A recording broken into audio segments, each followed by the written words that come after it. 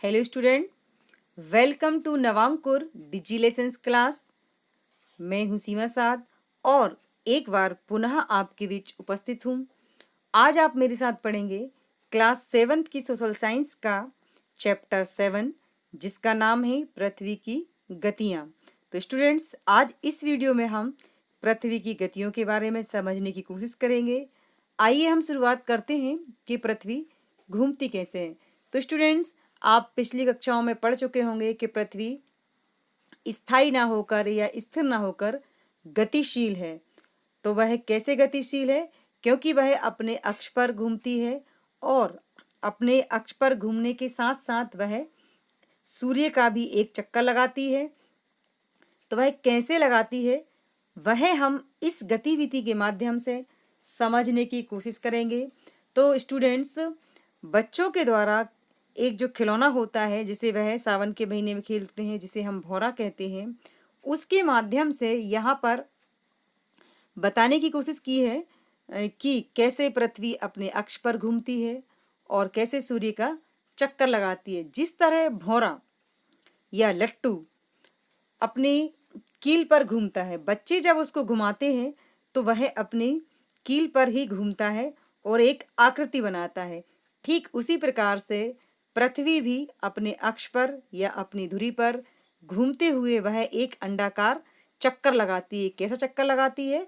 अंडाकार चक्कर लगाती है, जो कि आप चित्र में देख रहे होंगे। एक लट्टू अपने कील पर सीधा है और दूसरी तरफ आप देख रहे होंगे चित्र में कि वह एक झुका हुआ है, तिरछा है, जो कि एक अंडाकार चक्कर लगा रहा है। और कैसा चक्कर लगा रहा है ये लट्टू?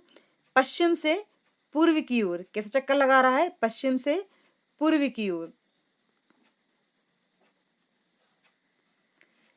जिस तरह से लट्टू या भौरा अपनी कील पर घूमता है और साथ ही साथ वह अंडाकार चक्कर भी लगाता है, ठीक उसी प्रकार से हमारी पृथ्वी भी अंतरिक्ष में अपनी धुरी पर घूमने के साथ साथ एक अंडाकार मार्ग बनाती है या अंडाकार सूर्य की परिक्रमा करती है। मीन्स वह जब सूर्य की परिक्रमा करती है तो उसका जो आकार है वह एक अंडे के आकार का हो जाता है। जिस तरह एक अंडे का आकार होता है, ठीक इसी प्रकार से पृथ्वी जब सूर्य का चक्कर लगाती है तो अंडे के आकार के जैसा उसका भी एक आकार बनता है।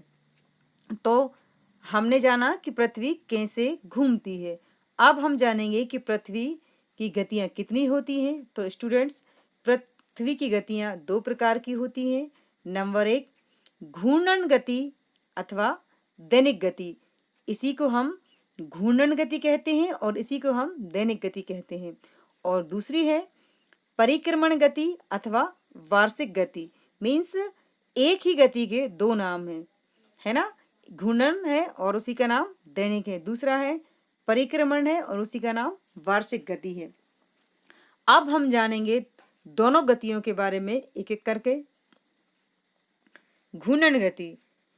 घूर्णन गति, पृथ्वी अपनी धुरी अथवा अक्ष पर पश्चिम से पूर्व की ओर घूम रही है। कैसी घूम रही है पृथ्वी अपने अक्ष पर? पश्चिम से पूर्व की ओर।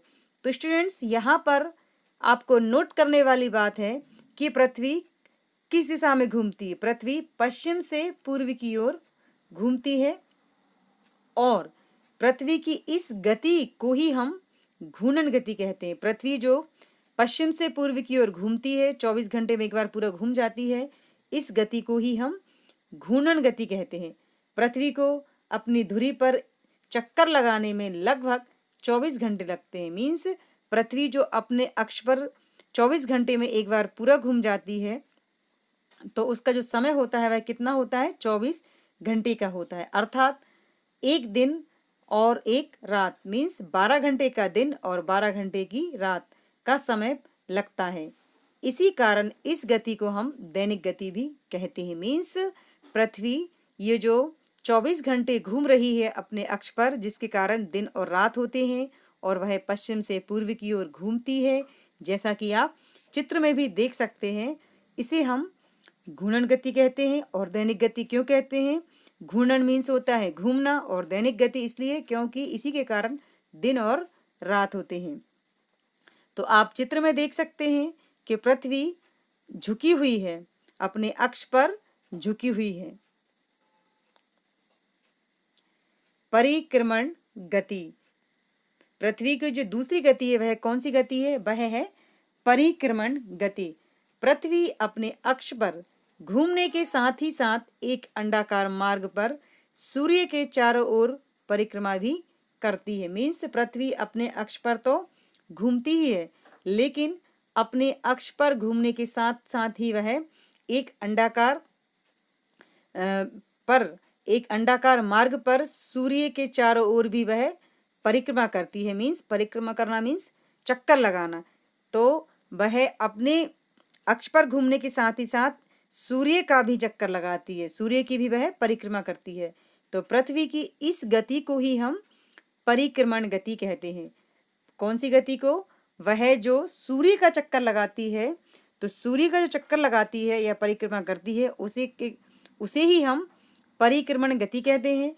पृथ्वी सूर्य की एक परिक्रमा 365 सही 1/4 दिन अर्थात एक वर्ष में पूरा करती है। मीन्स पृथ्वी सूर्य का एक चक्कर कितने दिन में पूरा करती है, या एक चक्कर जो लगाने का उसका समय है वह कितना है?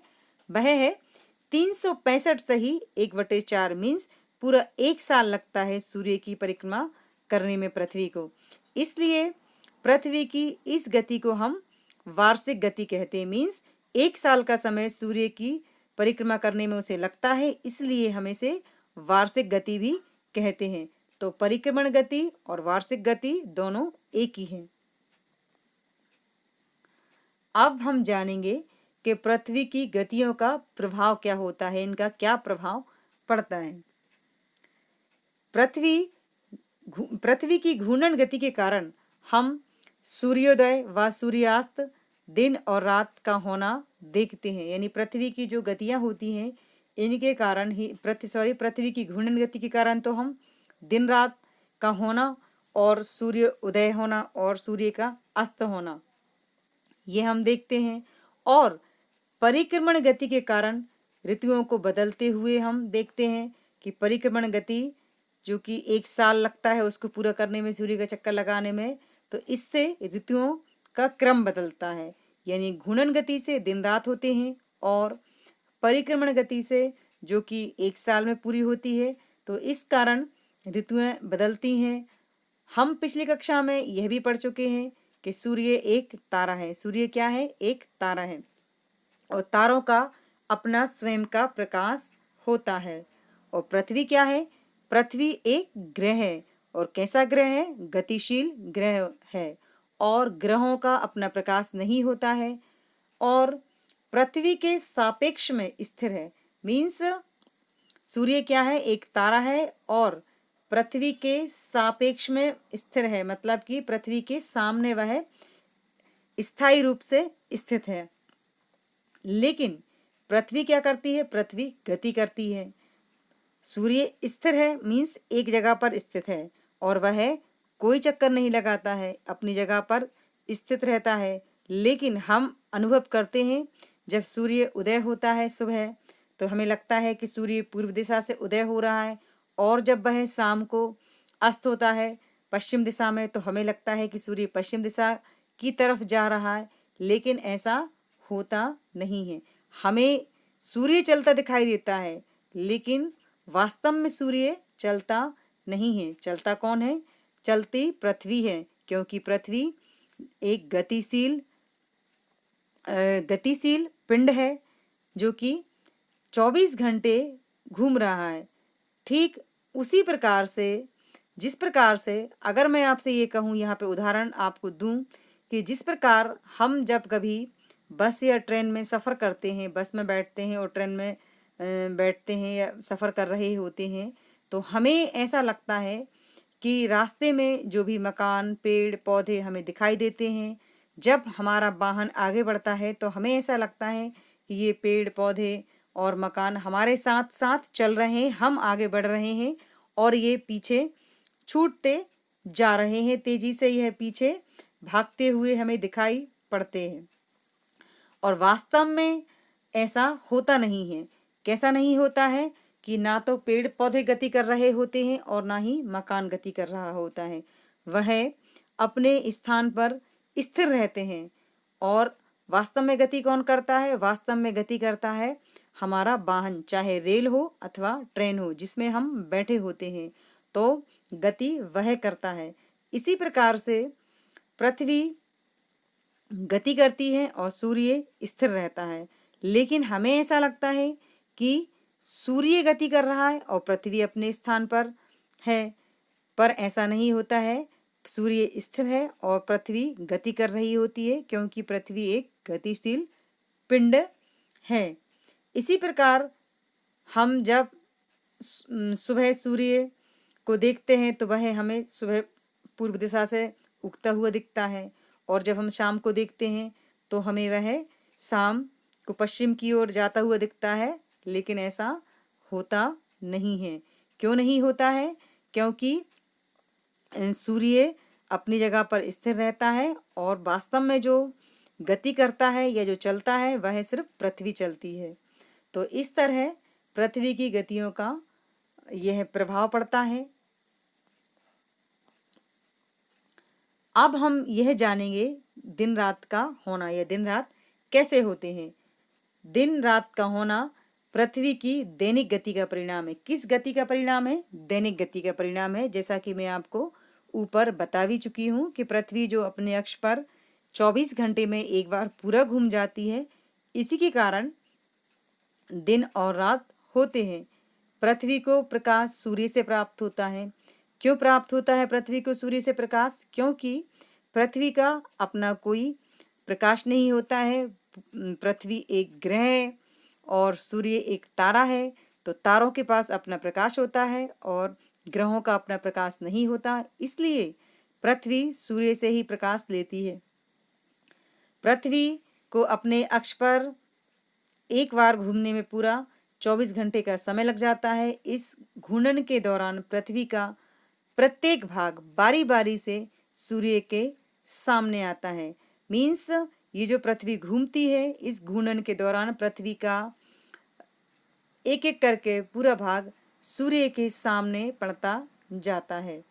तो जिससे सूर्य के सामने वाले भाग पर जिस पर सूर्य की किरणें पड़ रही होती हैं वहाँ पर दिन होता है, और पृथ्वी का पीछे वाला भाग जहाँ पर सूर्य की किरणें पृथ्वी के ऊपर नहीं पड़ती वहाँ पर रात होती है, मीन्स अंधेरा होता है। तो ये कैसे होता है, इसको भी हम एक गतिविधि के माध्यम से समझने की कोशिश करेंगे स्टूडेंट, कि दिन और रात किस प्रकार होते हैं। तो स्टूडेंट्स यहाँ पर हम जानेंगे एक गतिविधि के माध्यम से और कैसे। तो एक ग्लोब पर टार्च के प्रकाश को डालिए या और ग्लोब को पश्चिम से पूर्व की ओर घुमाएं। यह तो दिन व रात की गतिविधि चित्र अनुसार होगी। मीन्स हम अगर एक टार्च ले लें और एक ग्लोब ले लें, तो चूंकि ग्लोब कैसा होता है, गोल होता है और वह भी घूमता है। और टार्च में क्या होता है, टार्च में प्रकाश होता है। तो हम टार्च को यदि ग्लोब के ऊपर डालें या मारें, मीन्स उसके ऊपर अगर हम प्रकाश करेंगे तो पृथ्वी को हम पश्चिम से पूर्व की ओर घुमाते जाएंगे, तो पृथ्वी के का जो भाग है जो कि प्रकाश वाले सामने आता जाएगा, यह प्रकाश जहाँ पर पृथ्वी का या टार्च का जहाँ पर प्रकाश पड़ता जा रहा है उस जगह पर पृथ्वी का जो भाग घूमते हुए सामने पड़ता जाएगा, तो वहाँ पर दिन होगा। और पृथ्वी का जो भाग पीछे की तरफ हो जाएगा, मीन्स जिस पर टार्च की रोशनी नहीं पड़ेगी वहाँ पर दिन होगा।